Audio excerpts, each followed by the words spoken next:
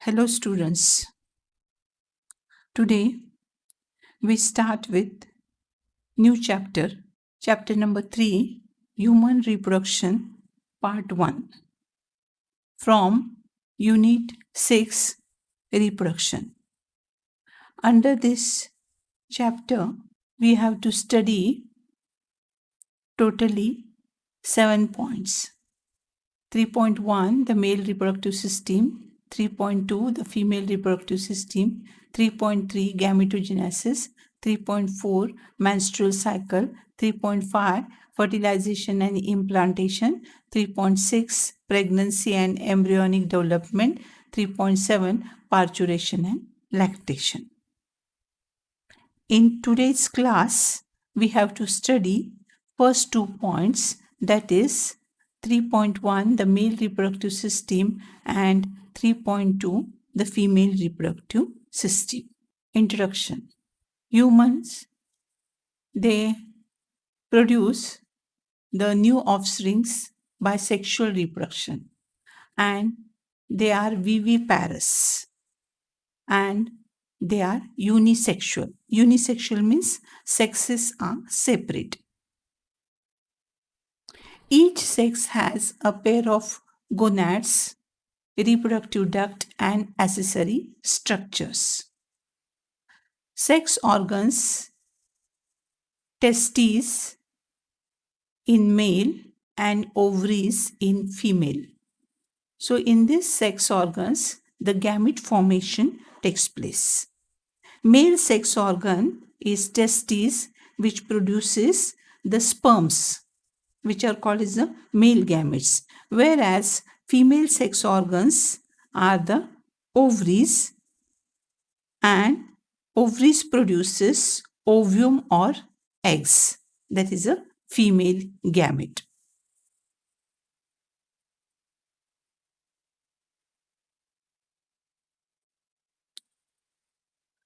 So here you will find the reproduction is defined as a biological process in which an organism gives rise to young ones, offsprings similar to itself. And these are the reproductive events. The reproductive events are first, gametogenesis, means the formation of gametes, sperms in male and ova in female. Second, insemination, transfer of sperm into female genital tract. It is called as insemination. Third one is fertilization. Fertilization is fusion of male and female gametes leading to the formation of zygote. Fourth one is implantation. That is development of blastocyst and its attachment to the uterine wall. The fifth one is gestation, means embryonic development from conception to birth. And the last one is parturition, that is delivery of the baby, which is also called as a childbirth. So these are 6 reproductive events: gametogenesis, insemination, fertilization, implantation, gestation, and parturition. There are remarkable differences between reproductive events in male and female. For example, sperm formation continues even in old man, but formation of ovum stops in women around the age of 50 years. Let us study male and female reproductive systems in human. First, 3.1, male reproductive system. So, it is located in the pelvis region. The male reproductive system includes a pair of testes, accessory ducts, accessory glands, and external genitalia. So, here these are the main 4 structures. The pair of testes, which are main sex organs where the sperms are produced. Second one is the accessory ducts. The accessory ducts are retitestes, vasa efferentia, epididymis, and vas deferens. These are accessory ducts. The third one is accessory glands. There are three types of accessory glands are present. Single prostate gland is present.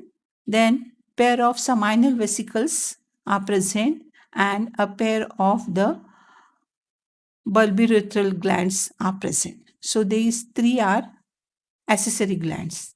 And the fourth one is external genitalia, that is the penis. So these are the important parts of male reproductive system.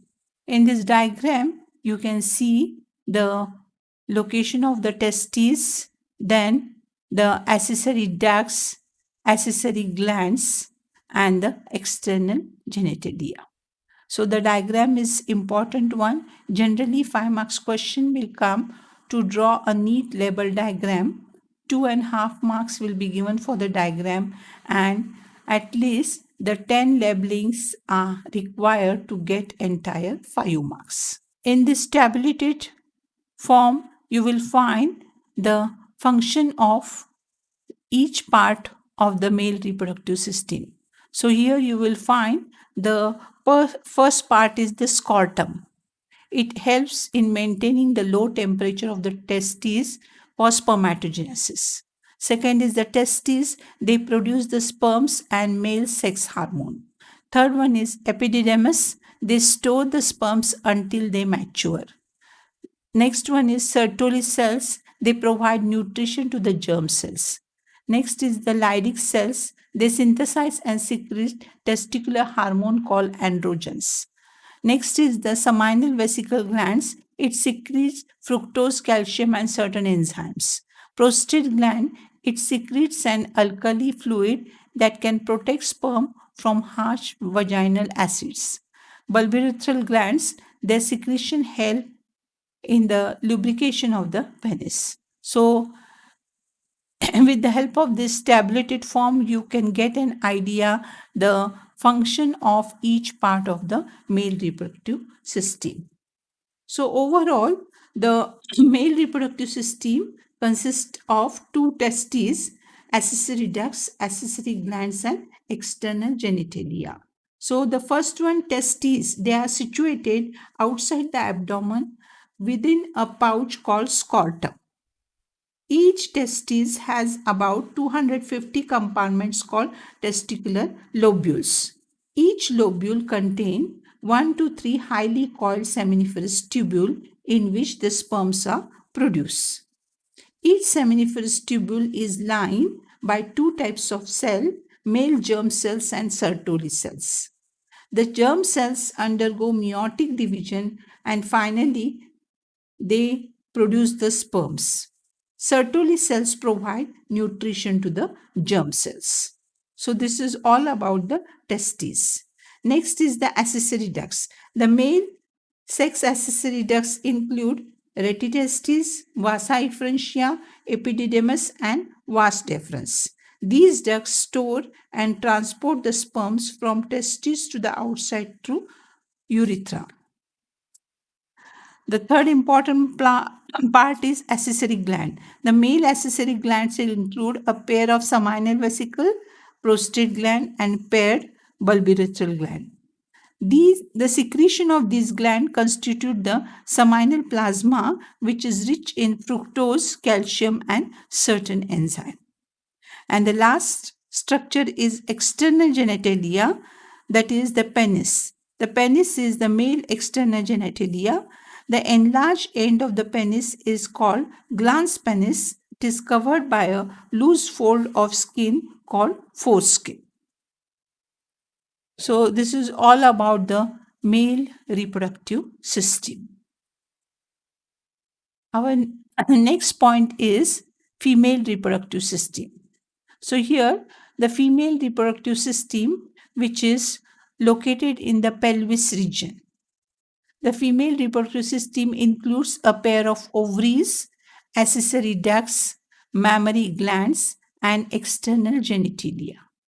So here you will find the pair of ovaries are located in the pelvis region. Then the accessory ducts are mainly consisting of oviduct, which is also called fallopian tube, uterus, and the vagina.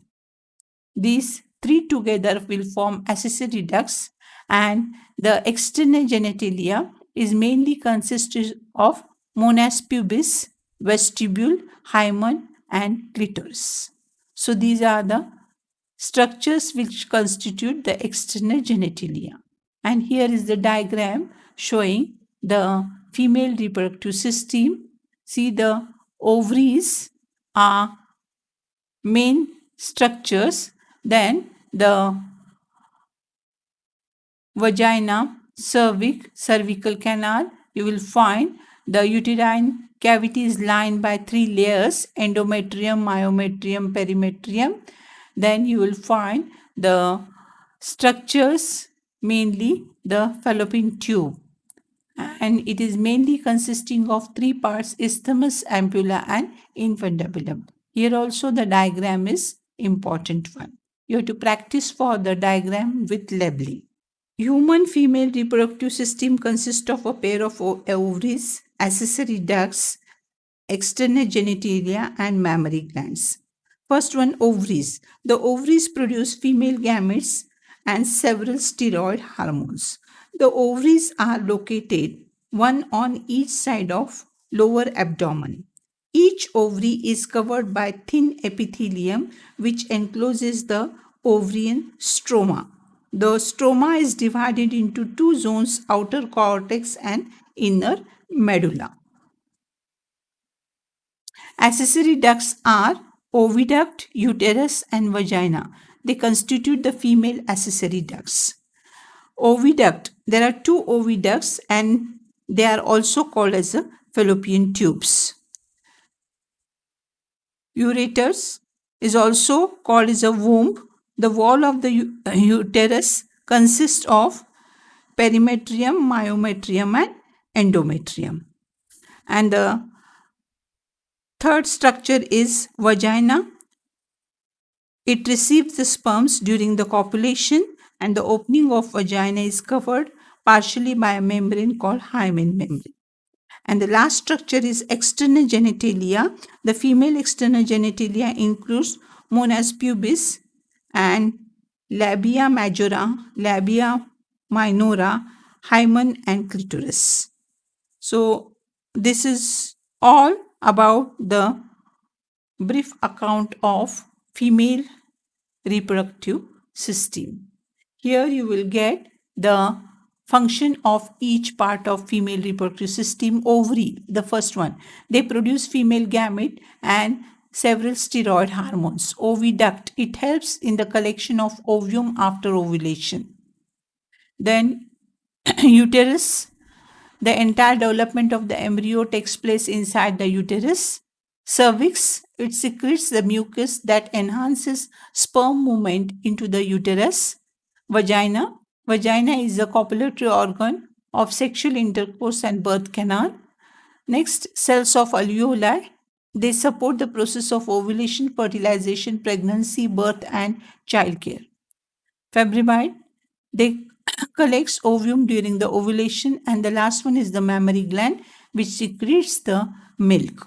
The next is the mammary glands, which is mainly paired glandular tissue, and it is also have the variable amounts of fats. The glandular tissue of each mammary gland is divided into 15 to 20 mammary lobes containing the cluster of cells called alveoli.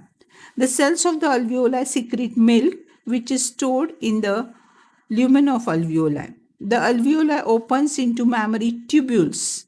Tubules of each lobe join to form mammary duct.